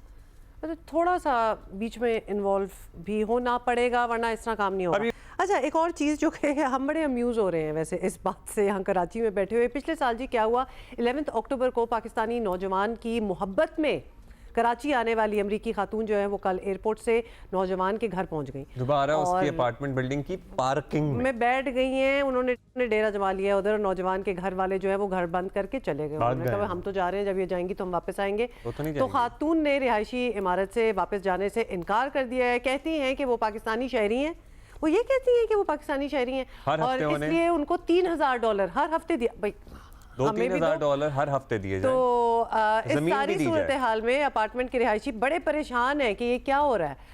और अब सीनियर अफसरान पर मुश्तमिल पुलिस अफसरान ने भी अमरीकी खातून से मुलाकात की है। पुलिस के मुताबिक अमरीकी खातून का कहना है कि वो खुद जब चाहेंगी वो वापस अपने वतन चली जाएंगी, अभी नहीं जाएंगी वैसे। और दूसरी तरफ हुकाम का कहना है कि अमरीकी खातून पाकिस्तान के विजिट वीज़ा पर हैं और इसे एयरपोर्ट से बाहर जाने का मज़ीद 15 रोज़ का परमिट दिया गया है। और इससे पहले एयरपोर्ट पर अमरीकी काउंसिल खाने की टीम ने भी खातून से मुलाकात की थी, बट शी इज़ देयर। उनके साथ एक्चुअली खाने की मदद लेने से ही इनकार कर दिया था। वो तो मदद करना चाह रहे थे भाई, इनको तो जहाज डिले हो गया। बड़ी कोशिश की कि बैठ जाएंगे एयरलाइन में, मुफ्त में आपको वापस आपके घर भेज रहे हैं, लेकिन आपने जाना काशिफ नहीं है। मुश्ताक हमारे साथ हैं। काशिफ, बताइएगा, ये अभी भी उसी पार्किंग में उस कुर्सी पे बैठी हुई हैं, क्या सूरत हाल और है? कौन इनकी मतलब 11 अक्टूबर से बैठी हुई हैं, कौन मदद कर रहा है? मतलब व्हाट डज शी डू? किसी को जानती है इधर? देखिए, ये किसी को भी नहीं जानती। इनके पास एड्रेस है और जो नौजवान जिसने मोहब्बत के झांसे में इन्हें पाकिस्तान बुलाया और ये कराची पहुंची और उसके बाद से ही उसका इंतज़ार कर रही हैं, उसी की तस्वीर भी हैं। लेकिन अब तक जो है वो कोई पुलिस को क्लू सामने नज़र नहीं आ रहा है। और गुज़िश्ता रोज़ यूँ हुआ कि इस खातून की सुबह 10 बजे की फ़्लाइट थी, इसने चले जाना था, लेकिन ये एयरपोर्ट से वापस बैक हुई हैं। और उसके बाद इस खातून ने जो है वो ये मुतालबा किया कि इसे गार्डन के जो इलाका है उसमें एक फ़्लैट है और वहाँ इसे छोड़ा जाए। तो ये खातून खुद से फिर वहाँ पहुँची हैं और वहाँ पहुँचने के बाद गुज़िश्ता रोज़ से ये वहाँ बैठी हैं। रात गए जो है वो पुलिस की जानिब से हिकमत अमली तैयार की गई। ख़वातीन ना सिर्फ पुलिस एहलकार बल्कि अफसरान को भी तलब किया गया और इस खातून को समझाने के बाद यहाँ से वुमेन पुलिस स्टेशन मुंतकिल करने के लिए ले जाया गया। लेकिन फिर दोबारा से इस खातून की जानिब से ज़िद की गई और इस फ्लैट के नीचे दोबारा ला के छोड़ दिया गया। और ये रात से खातून एक कुर्सी लगाकर इसी फ्लैट की पार्किंग में बैठी हुई हैं। पुलिस की भारी नफरी मौजूद है वहाँ पर और कोशिश की जा रही है कि इस खातून को किसी तरीके से जिद समझाया करती हैं, जहाज से उतार देते हैं, ये जिद करती हैं, हमारी जिद्दें तो कभी किसी ने नहीं सुनी। ये जिद करती हैं, पुलिस स्टेशन से वापस फ्लैट ला के बिठा देते हैं। मतलब अभी हमने एक शॉट देखा है काशिफ के, सारी पुलिस इर्द गिर्द बैठी हुई है, कुछ बीच में खा रही है, मतलब बड़ा अच्छा सा खुशगवार सा माहौल है, पार्टी चल रही है। वो कह रही थी आई एम चिलिंग है। हाँ, उन्होंने खुद भी कहा कि आई एम चिलिंग। बिल्कुल ऐसा ही है। देखें, अब्दुल्ला हुमा, इन्होंने जो पुलिस अफसरान हैं, इन्होंने जो है वो अमेरिकन कौंसलेट से भी रब्ता किया। चूँकि ये खातून अमेरिकन हैं तो इसलिए करके इसे जो है फौरी तौर पर यहाँ से मुंतकिल करने के लिए कोई SOP या हिकमत अमली बताई जाए, लेकिन ऐसी कोई हिकमत अमली उनकी तरफ से भी सामने नहीं आई। उनकी जानिब से कहा गया कि हमने समझाया है। निजी NGO की जानिब से भी जो है वो इन्हें समझाने की कोशिश की गई। फिर रेस्क्यू एहलकारों की जानिब से जो है वो इन्हें बताया गया और कहा गया कि आप यहाँ से किसी शेल्टर होम आपको शिफ्ट कर देते हैं और आप वहाँ जाके बैठें, लेकिन ये खातून मानने को तैयार नहीं है। अब पुलिस के आला अफसरान ये कह रहे हैं कि इसको आइसोलेशन में रखा जाएगा, यहीं इसको बैठने का जो है वो इजाज़त दी जाएगी। लेकिन जो फ्लैट के लोग हैं वो काफ़ी ज़्यादा परेशान हैं। उनकी जानिब से ये कहा जा रहा है कि एक सिनेरियो और एक सिचुएशन ऐसी क्रिएट की हुई है कि बहुत ज़्यादा रश यहाँ लगा हुआ है। और ये मुझे जानना है कि ये अक्टूबर से यहाँ पे हैं, ये इसी फ्लैट के नीचे रह रही हैं अक्टूबर 11 से यहाँ पे, मतलब नवंबर, दिसंबर, जनवरी पूरा गुजर गया। यहाँ इन्होंने कोई खेमा डाला हुआ है, कोई बिस्तर है इनके पास, ये रहती क्या, कोई कमरा किराए पे किसी ने दिया हुआ है? Where does she live? Abdullah, ये गुज़िश्ता रोज़ यहाँ इस फ्लैट के नीचे आई हैं। इससे पहले जो थी ये एयरपोर्ट के एतराफ़ में और एयरपोर्ट के करीब ही जो है वो रह रही थी। और 3 से 4 रोज़ कबल जो है वो इसकी बाकायदा एयरपोर्ट इंतज़ामिया ने भी कंप्लेन की और उसके बाद एयरपोर्ट थाने इसे मुंतकिल किया गया। उसके बाद जब इसका चेक किया गया, इसका वीज़ा भी एक्सपायर है और तमाम तर चीज़ें जो है वो एक्सपायर हैं, तो एक निजी NGO की जानिब से जो है वो इसे तमाम तर चीज़ें मुहैया की गई और गुज़िश्ता रोज़ इसकी फ़्लाइट थी।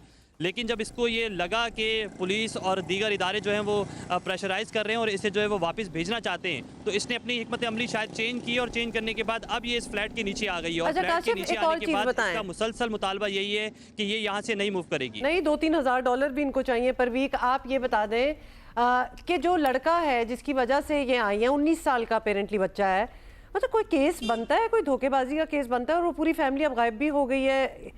इतना क्या एक्सट्रीम रिलेशन इनका हो गया कि ये आ गई उससे शादी करने? पुलिस हुकाम ये कहते हैं कि वो जो 19 साला लड़का है उससे पुलिस ने रब्ता किया है और चूँकि ऐसे कोई शवाहिद जो है वो सामने नहीं आए, इस वजह से करके जो है वो लड़के को अब तक हिरासत में नहीं लिया गया है। जैसे ही उस लड़के को और उसकी फैमिली को, इस खातून का पता चला कि ये अब उनके फ्लैट के नीचे आ रही हैं, तो गुज़िश्ता रोज़ से ही फ्लैट पे ताला लगाया गया है और वहाँ से मूव हो गए हैं। जबकि पुलिस की जानिब से उस फ्लैट के बारे में भी मज़ीद तहकीकात की गई तो पता ये चला कि वो जो लड़का है उसकी फैमिली है वो रेंट पे वहाँ रहते थे और वहाँ से वो मूव कर चुके हैं। तो अब इस खातून को हटाना यहाँ से यकीनी तौर पर चाहिए। आला अफसरान भी जो है वो इस पर बात कर रहे हैं और ये कहा जा रहा है कि किसी तरीके से इस खातून को यहाँ से मूव किया जाए, लेकिन उसके लिए हिकमत अमली और SOP सोची जा रही है कि इसको कैसे यहाँ से मूव किया जाए। जब तक जो लोग यहाँ मौजूद हैं उन्हें पीछे हटाया जा रहा है और साथ साथ ये भी कहा जा रहा है कि इसको आइसोलेशन में रखा जाए, इस खातून के साथ किसी को मिलने नहीं दिया जाए। तो पुलिस की जानिब से वहाँ नफरी तैनात कर दी गई है। खातून जो है पुलिस एहलकार वो भी वहाँ तैनात कर दी गई हैं, जबकि इस खातून को मुसलसल वक्फे के बाद जो है वो समझाने की कोशिश की जा रही है कि ये यहाँ से उठ जाएं, लेकिन खातून की जानिब से मुसलसल बयानात भी चेंज किए जा रहे हैं। कभी वो कहती हैं कि उन्हें $2000 जो है वो वीकली दिए जाएँ, कभी वो कहती हैं कि उन्हें $5000 दिए जाएँ और पाकिस्तानी पासपोर्ट उनको जो है वो दिया जाए। चूँकि इनके पास पाकिस्तानी पासपोर्ट नहीं है तो उनकी जानिब से मुख्तलिफ जो मुतालबात हैं वो सामने आते हैं और उसके बाद वो फिर ये कहती हैं कि जब उनका दिल चाहेगा वो यहाँ से उठ के जाएंगे। उनसे ये भी पूछा गया कि यहाँ बैठने का क्या मकसद है, वो जो लड़के की फैमिली है या लड़का है वो यहाँ मौजूद नहीं है तो आप यहाँ से मूव कर जाएं। तो उनकी जानिब से कहा जाता है कि जब उनका दिल चाहेगा वो यहाँ से मूव करेंगे। बेशतर लोगों से दिल चाह रहा है तो बैठी रहे, लेकिन कहने का मतलब है कि कितने thank you Kashif for being with us.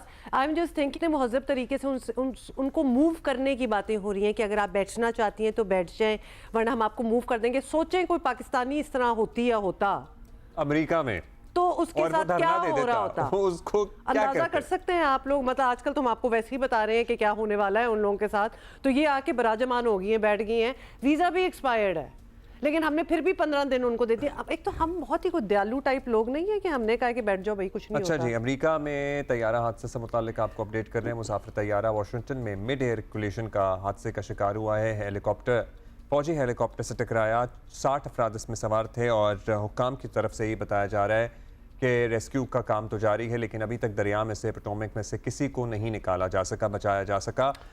Casualties हैं और ऐसी खबरें भी आना स्टार्ट हो गई हैं कि जो पैसेंजर्स थे उस पैसेंजर प्लेन में, उनकी साथ टेक्स्ट मैसेजिंग भी अपनी फैमिली मेम्बर से हो रही थी और बिल्कुल रेडी थे कि जी हम 20 मिनट में पहुंचने वाले हैं, और एकदम से वो राब्ता ख़त्म हो गया। साथ ही हम आपको ये भी बताएं कि जो हेलीकॉप्टर है ब्लैक हॉक वो एक ट्रेनिंग फ़्लाइट पे था। It was on a training flight mission जब इसका ये हादसा जो हुआ है ये पेश आया है। और बहुत से इस तरह फैमिलीज़ जो हैं वो अब ऑब्वियसली इंतज़ार में हैं कि कोई ख़बर मिले। ये बराह रास्त मनाज़िर जो हैं आपको दिखाए जा रहे हैं। यू कैन सी कि बहुत सी ये जो लाइट्स फ्लैश कर रही हैं, ये रेस्क्यू की जो टीम्स हैं वो वहाँ पहुँच चुकी हैं। और ये बताया जा रहा है कि हेलीकॉप्टर और जहाज़ दोनों के टुकड़े जहाज़ दरिया में जगह जगह बिखरे पड़े हैं और अम्बात हुई हैं।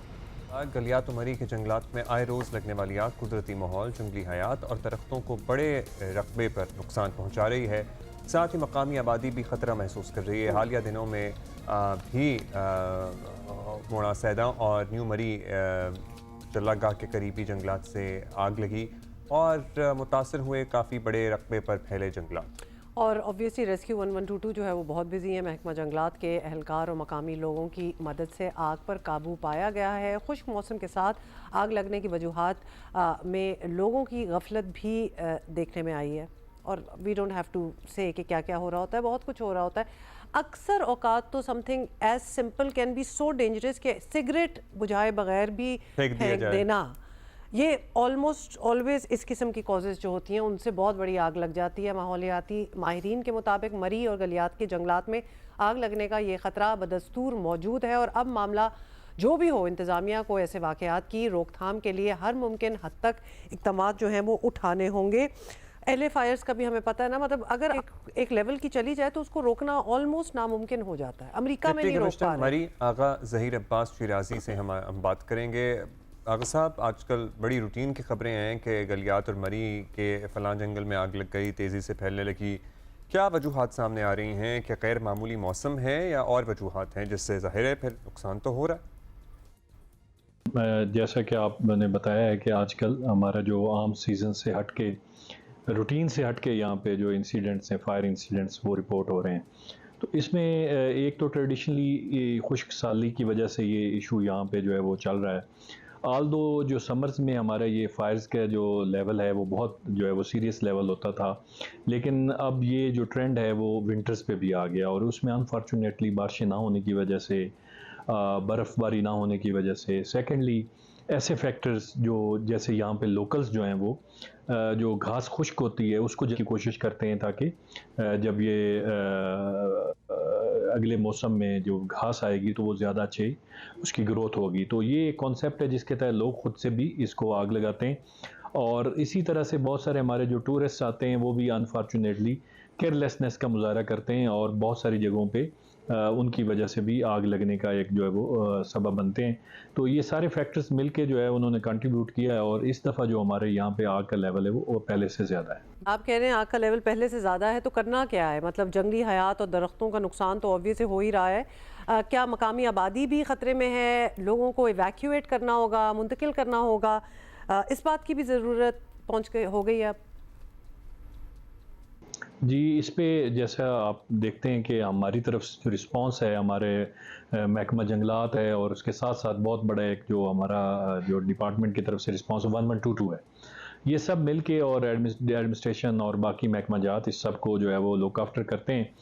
अभी तक तो जो जितने भी इंसिडेंट्स रिपोर्ट हुए हैं मरी में या कोटली सतिया में, उसमें लकीली अभी हमारा कोई भी जानी नुकसान नहीं हुआ और कोई भी जो पॉपुलेशन है वो अफेक्ट नहीं हुई, लेकिन ये किसी भी वक्त जो है ये इस तरह का इंसिडेंट जो है वो हो सकता है क्योंकि ज़ाहिर है जो हमारी आबादियाँ हैं वो स्कैटर्ड हैं और कहीं ना कहीं वो जंगलात के बीच में या जंगलात के साइड बाय साइड चलती रहती हैं।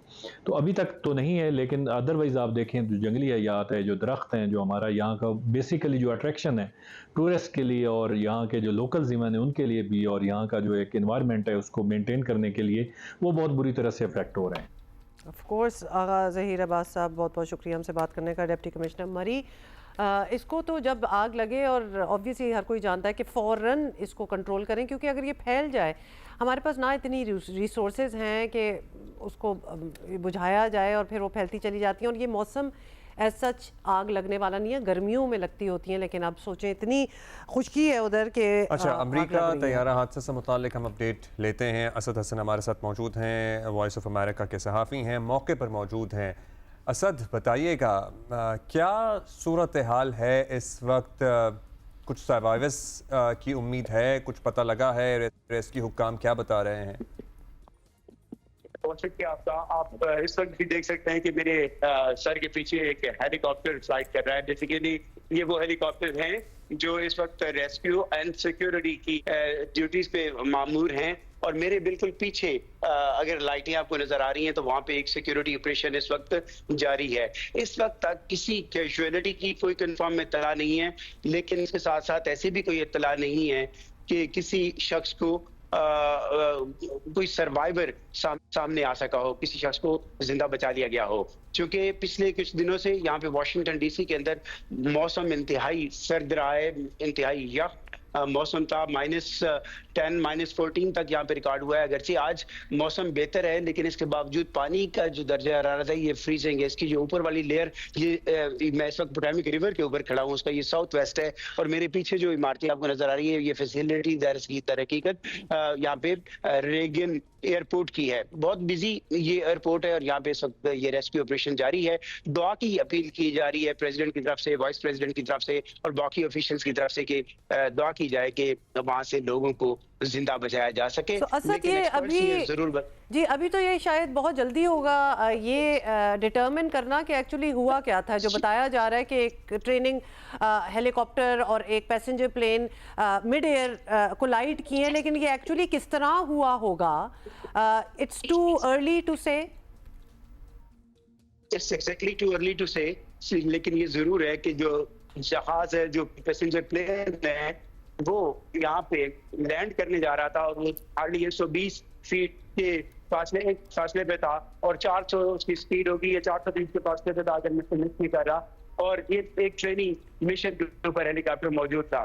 किस वजह से ये हुआ, क्या टेक्निकल इशू हुआ, क्या सिग्नलिंग आ सकी नहीं आ सकी, क्या मसला बना, इसकी एग्जैक्ट बात तभी की जा सकेगी जब रिपोर्ट कोई सामने आ जाए। फिल वक्त हमारे पास ऐसी कोई मुसद्दका इत्तला नहीं है।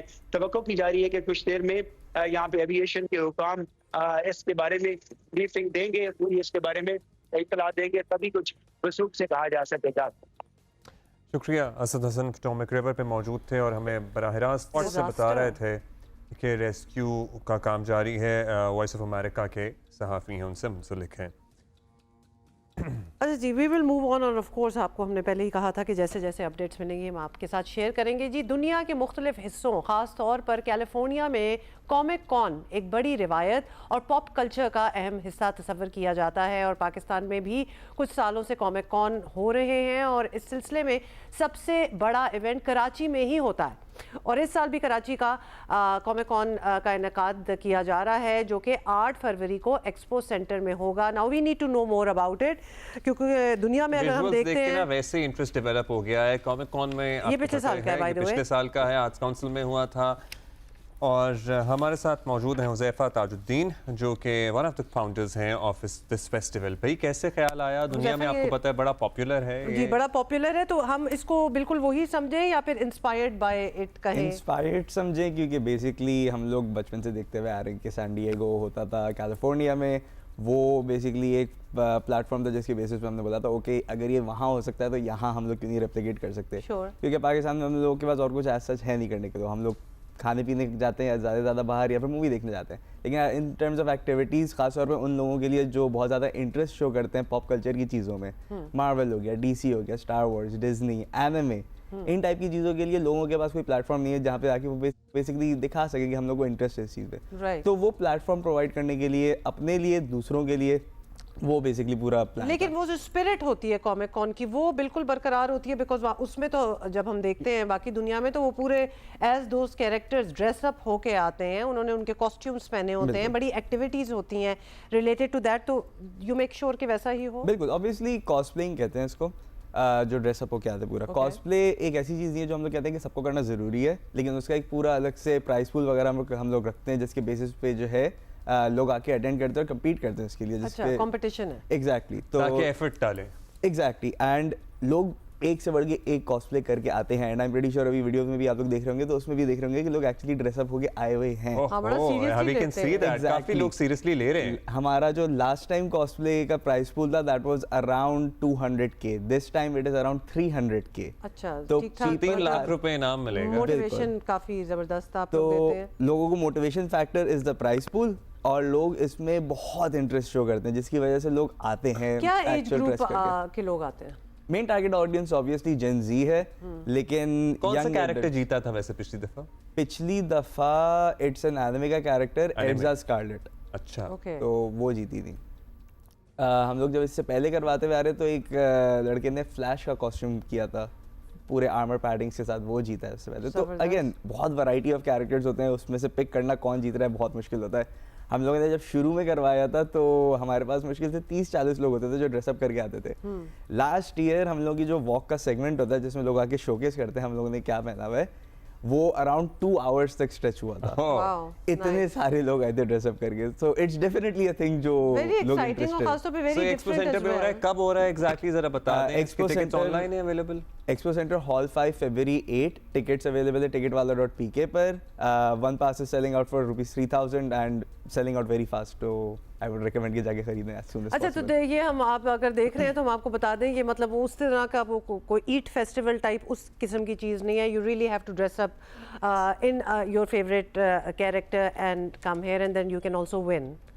जबरदस्त। इसमें ये मॉडल्स और ये सब चीजें भी ये लोग अपने स्टॉल्स बनाते हैं, मतलब मर्चेंडाइज वगैरह भी। बेसिकली अभी आपने जैसे कि बोला कि हम लोग को ड्रेसअप होके आना पड़ता है, इट्स नॉट नेसेसरली दैट, क्योंकि लोग ड्रेसअप होके अगर ना भी आए तो उसके अलावा पॉपअप एरियाज हैं, गेमिंग के सेक्शंस हैं, आर्केड मशीन्स होती हैं, पुराने रेट्रो गेम्स होते हैं, लोग आके आराम से मजे कर सकते हैं। भाई आप आए बस, आप मतलब जो भी आपने करना है, just this is an opportunity.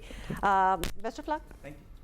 जबरदस्त। अच्छा जी, क्या बताएं आपको, गैर कानूनी तरीके से लोगों को बाहर भेजने वाले इंसानी स्मगलर्स के खिलाफ कार्रवाई क्यों नहीं हुई? लोग कश्ती हादसात में आए रोज़ मर रहे हैं और आखिर कौन लोग हैं जो इंसानी स्मगलर्स की मदद कर रहे हैं? कितने बड़े ये सवाल है ना, और ये हैं वो सवाल जिन पर DG FIA अहमद इसहाक वज़ीर आज़म शहबाज शरीफ को मुतमईन ना कर सके और इंसानी स्मगलर्स के खिलाफ काबिल इत्मीनान तहकीकात और मौसर कार्रवाइयाँ ना होने पर वज़ीर आज़म ने DGFIA को ओहदे से फ़ारग कर दिया।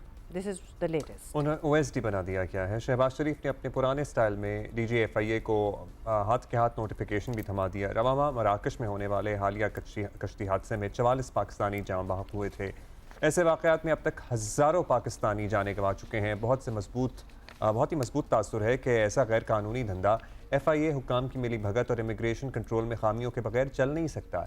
FIA ने 2 दिन पहले ही अपने 13 एहलकारों को बरतरफ किया। इदारे के सरबराह को हटाकर वज़ीर आज़म ने FIA को वाज़ेह पैगाम दिया है कि इंसानी स्मगलिंग के मामले में कोई समझौता नहीं होगा। अफसरान पर ऐसा दबाव रहा तो यकीनन नताइज मिलेंगे और होपफुली नताइज मिलें। नुमाइंदा खुसूसी जियो न्यूज़ एजाज सैयद हमारे साथ मौजूद है। एजाज शुक्रिया। बताइएगा DGFIA की तब्दीली कोई ऑब्वियसली छोटा कदम नहीं है। इंसानी स्मगलिंग पर क्रैक डाउन की खबरें तो बड़ी मुसलसल आ रही थी। वज़ीर आज़म मुतमईन क्यों नहीं हुए? वैसे देखिए, 2 बातें हैं। वज़ीर आज़म को जो DGFIA अहमद इसहाक जहांगीर उनके हवाले से मुख्तलिफ शिकायत की जाती रही हैं और शिकायत करने वाले वो लोग थे जो कि शायद नज़रें भी रखे हुए थे FIA की चीफ़ बनने के लिए। शायद उस पोजीशन पे भी बहुत सारे कैंडिडेट थे जो चाहते थे कि वो इस पोजीशन पे आए। दूसरी बात ये थी कि जो कंप्लेंट की जा रही थी वो यही कश्ती हादसे को बुनियाद बना करके जी ये इंसानी स्मगलिंग का मामला रुक नहीं पा रहा। हालांकि DGFIA जो है उसके तब्दील करने से इंसानी स्मगलिंग का अमल रुक नहीं जाएगा, वो जारी रहेगा। लेकिन आपको पता है कि पावर इक़्तिदार की गुलाम गर्दिशों में बहुत सारी साजिशें चलती हैं, बहुत सारे मामला चलते हैं। तो इनके ख़िलाफ़ जो हथियार बना वो यही था कि कश्ती हादसा जो 2023 में भी हुआ था उसके ऊपर एक इंक्वायरी हुई थी। फिर उसकी इंक्वायरी रिपोर्ट के ऊपर अमल दरामद के लिए कुछ रिकमेंडेशंस थी जिन पर ये अमल दरामद नहीं कर पाए थे। और एक मीटिंग हुई थी प्राइम मिनिस्टर शहबाज शरीफ की सरबराही में जिसमें इन्होंने कहा था कि ये FIA की कैपेसिटी का भी इशू है और कुछ सुस्ती भी है, इस पर अमल दरामद नहीं हो सका। अहम बात यह है कि DGFIA के ओहदे के ऊपर जो तैनाती के लिए जो सबसे ज़्यादा मौसर नाम लिया जा रहा है वो IG पंजाब डॉक्टर उस्मान अनवर उनका नाम लिया जा रहा है कि शायद वो इस ओहदे के ऊपर आएंगे। लेकिन अगला प्रॉब्लम यह है कि IG पंजाब तैनात कौन होगा, कौन बनेगा IG पंजाब? तो वो चूँकि फ़ैसला नहीं हुआ इसलिए DGFIA की जगह नया जिस अफसर ने आना है उसका फ़ैसला भी नहीं। अच्छा एजाज, ज़ाहिर है ये सारा मामला तो है, आपसे पहले भी इस सिलसिले में हमारी बात हो चुकी है। आपने बताया था कि FIA की क़यादत ही नहीं, इनके तरीक़ाकार में भी तब्दीली की ज़रूरत है। अब इस वक्त FIA ऐसा क्या कर रही है जो इसे बदलना होगा? देखिए, FIA की क़यादत से ज़्यादा FIA को एम्पावर करने की ज़रूरत है। FIA के रूल्स बनाने की ज़रूरत है। FIA के अंदर जो आप बाहर से PSP ऑफिसर्स लेके आते हैं उनको अहम ओहदों पर डायरेक्टर्स सारे PSP ऑफिसर्स लगाते हैं। इस रेशो को कम करने की ज़रूरत है। मेरे ख्याल में ज़्यादा से ज़्यादा FIA कैडर के जो ऑफिसर्स हैं उनको डायरेक्टर्स बनाने की ज़रूरत है और उनको FIA चीफ़ बनाने की भी अल्टीमेटली ज़रूरत है। पुलिस सर्विस ऑफ पाकिस्तान के ऑफिसर्स बड़े अच्छे हैं, नो डाउट बड़ा अच्छा काम करते हैं, लेकिन मेरे ख्याल में पुलिस सर्विस ऑफ पाकिस्तान अपना काम ही करे और उनके ऑफिसर्स अपना काम ही करें तो ज़्यादा बेहतर होगा। FIA का काम FIA के ऑफिसर्स और इस कैडर के लोगों को दिया जाए तो ज़्यादा बेहतर होगा। लेकिन उसके लिए FIA के रूल्स, मौसर रूल्स होना बहुत ज़रूरी है, वो नहीं बनाए जा रहे। और फिर अकाउंटेबिलिटी का मैकेनिज़्म वो मुतारफ़ कराने की भी ज़रूरत है। और अगेन जब मौसर रूल्स होंगे तो अकाउंटेबिलिटी का और प्रोग्रेस का मैकेनिज़्म खुद ब खुद जो है वो इंस्टॉल हो जाएगा। बहुत शुक्रिया for this and inshallah we will see you tomorrow. We'll see you tomorrow. Bye.